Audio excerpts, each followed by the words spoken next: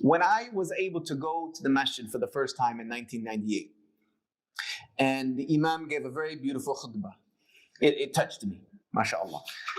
When I went to him after the salah and asked him, because he started telling me about Islam, you know how our da'wah goes. You know, Islam is built on 5 pillars and six beliefs. And I said, look, I just want to know, do you have some proof?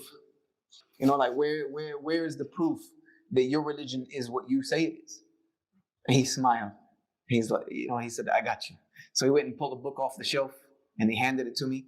And my first proof handed to me about the deen of al-Islam was the Quran. He said, this is it. This is our proof. And then he started to tell me about the Quran. You know, that it was revealed to the Prophet. I said, look, no. I've already had people try to pre-sale me. You know, he's trying to load me up to go read this Quran with a certain frame of mind. I said, no, don't do that. Let me read this book. If it is what you say it is, it'll prove itself. This was the amount of certainty that I had, that if God had a religion, it would be clear, crystal, for someone who was searching. So I took the Quran home, and that was on a Friday evening, and I started reading it. And I remember reading Surah Al-Fatiha. Well, first I remember reading it and realizing that the book was backwards, because I was given one of those blue Noble Qurans from Saudi, and I opened it and I'm like, I'm in the index, I'm like, whoa. So I realized I had to flip it over, or read it the other way. So I opened the Quran and I read Surah Al-Fatiha.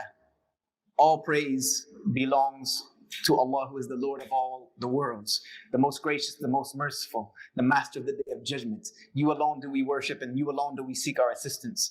Guide us to the straight path, the path of those who have earned your favor, not the path of those who have earned your anger, nor of those who have gone astray. As soon as I read that, Jesus' prayer that he taught his disciples in the Bible came to mind. Our Father who art in heaven, hallowed be thy name. Thy kingdom come, thy will be done on earth as it is in heaven. Give us this day our daily bread, and lead us, and lead us not into temptation, but deliver us from evil. For thine is the kingdom, the power, and the glory forever.